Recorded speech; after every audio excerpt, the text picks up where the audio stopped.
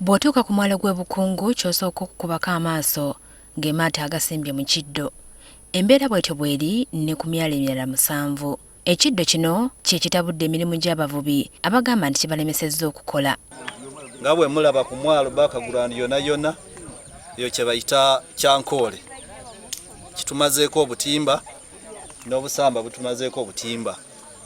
Omuntu agenze mu looni bisamba bituta obutimba, which means enkya bagenda mutwala mukomera.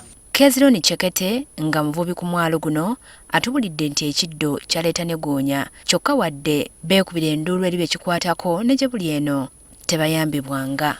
Engoina gyetooloola enanda eno tiwano wonka ekaggulu giri mu bungi gyali abantu nze nene ebbaluwa yetwali tuwaabiire engoina egyo era ndinayo eka n'abatuuji bagisomako ndinayo gyalya ku mwerimu wange omugulu gyatoolako gyabuza kumuganda nga omwana yenena gyatwala.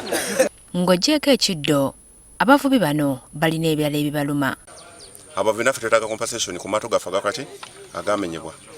Ekyokubiri, there was too much torturing mu kiseera ekyo naye abantu babonaabona n'okufa kwaliwo and compensation did not take place.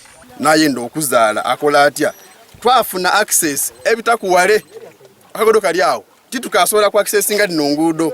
Aye sente titukayinza kugula lyato akakaira akalala n'emitwalo 7 titukasobola akafuna waire kuba tuzira mirimo. Bano baagala nabo balowoozebweko mu nteekateeka y'emyoga basobole okwejja mu bwavu.